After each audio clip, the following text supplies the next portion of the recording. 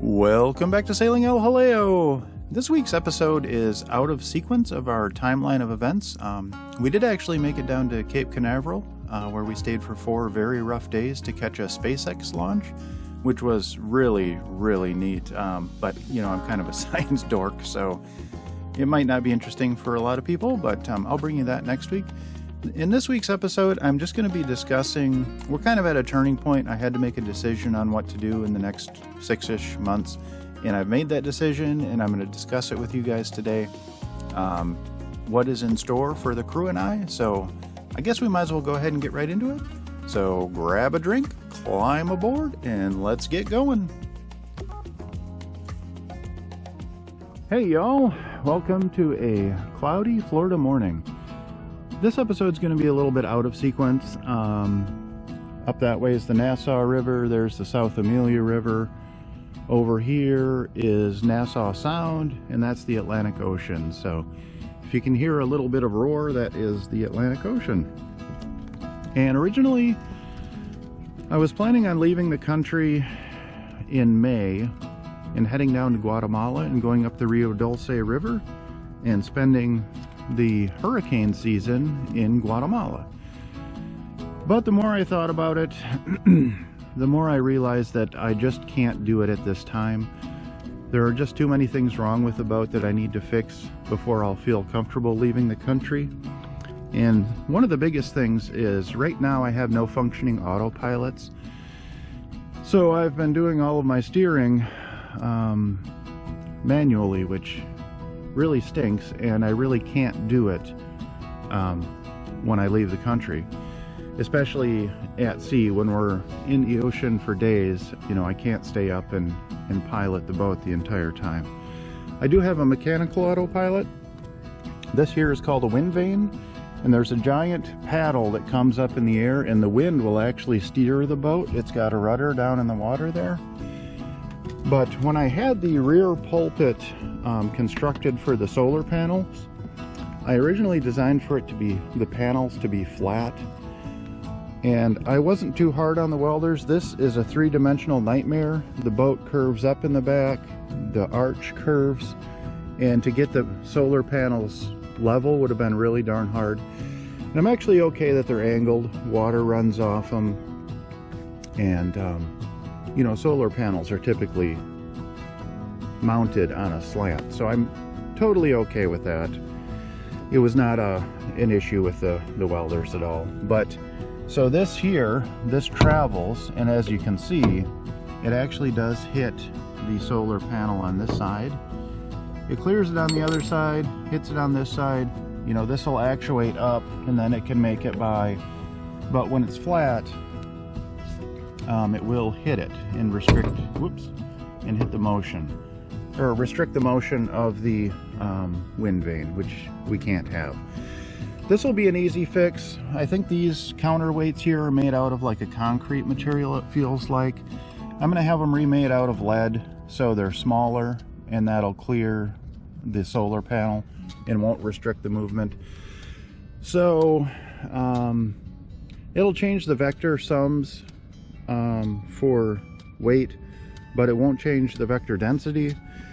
And because this does rotate, it will affect the angular momentum very slightly, having shorter weights or smaller weights, but I don't think it'll impact the performance of it, and that's the big thing. So that's one thing. I do have an electronic autopilot as well, and that's just a piston arm that mounts on here and goes over to here on the tiller.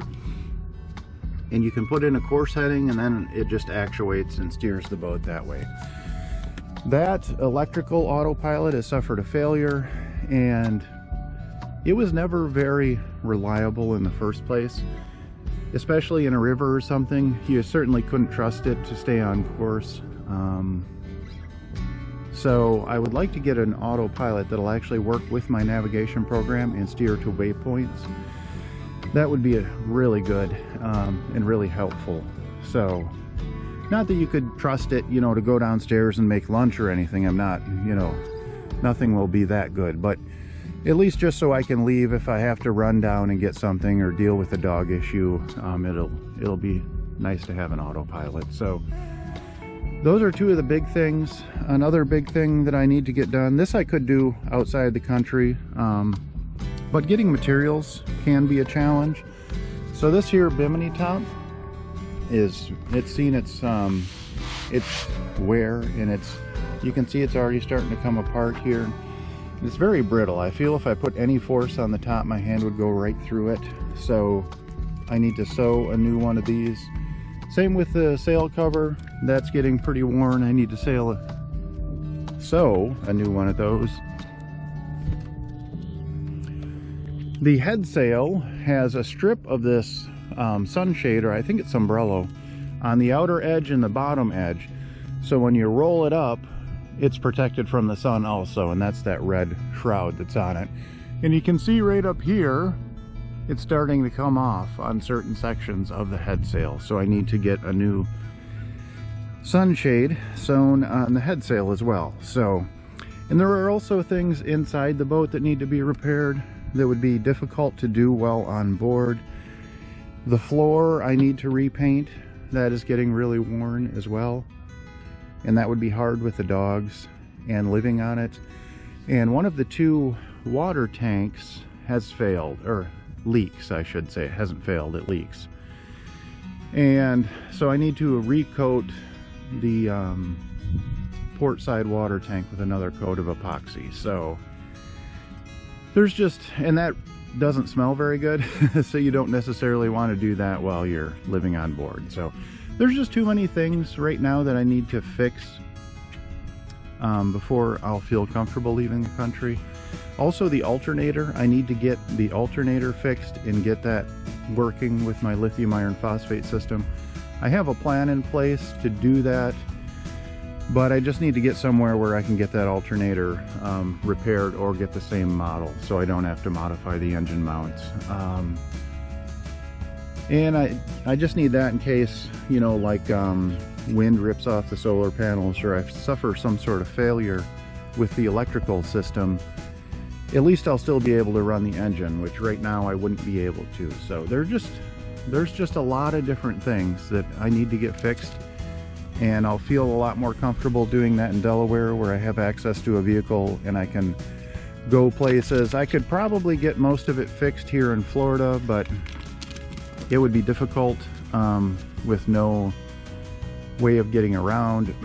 And also, you know, my family right now, we're kind of going through, I mean, I guess there's just no way to put it. My mother's sister, my aunt, is dying, and she's probably in her last week now. And you know, when I leave the country, it's going to be years before I can come back. Or, you know, I could come back anytime, but once I leave, I'm going to be going from place to place, and it'll probably be years until I get back. And it would be nice to get back to Delaware and spend a couple of months with my mom, because you never know, she's, I'm guessing, mid to upper 60s. And my brother and his kids and stuff, and spend a couple of months with them. So yeah, it'll be nice to see family again when stuff goes wrong, you know. Makes you realize how short life is, and yeah, it'd be good to see him some more. So that's the plan. We're making our way back up the coast of Florida. We're actually only about 1 day from Georgia. The Florida border's just maybe 15 miles that way. But today they're projecting about a 30% chance of rain all day, which really stinks, because that means we won't get any rain. But but I can't move because I don't want to get stuck in the rain. And it's an overcast day, which is perfect for traveling. So, but we're gonna stay here. I'm gonna edit some videos and play with the puppy dogs, and go from there. So I hope you guys are well. I hope your family is doing well, and you know, spend time with those people. So you never know what life will bring. So yeah, I hope you guys are okay. And the weather's getting a little warmer where you are. And alrighty, I'll talk to you later. And that's all we have time for this week. I would like to give a massive shout out to our Patreon crew, and our Patreon crew is Joan and Juddy Judnick, Val and Chris Alcorn, Denise and Eli Sackett, Joan and Jim Linbow, Sherry Erickson, Deb Shaw, and Matthew Spotten. Thank you guys so very much. Without your support, I would not make these videos, so thank you. If you are interested in joining our Patreon crew, there is a link in the description down below, and that'll take you to our Patreon page where you can sign up, and that'll give you access to a ton of bonus features. I try and post videos a couple of times a week of where we're at, what's going on, and photos of anything cool that I see. And you would also help support the channel, which would be awesome. If you do like our videos, please like, comment, and subscribe. That helps us out as well. Alrighty, I hope you all are well, and we'll see you next week.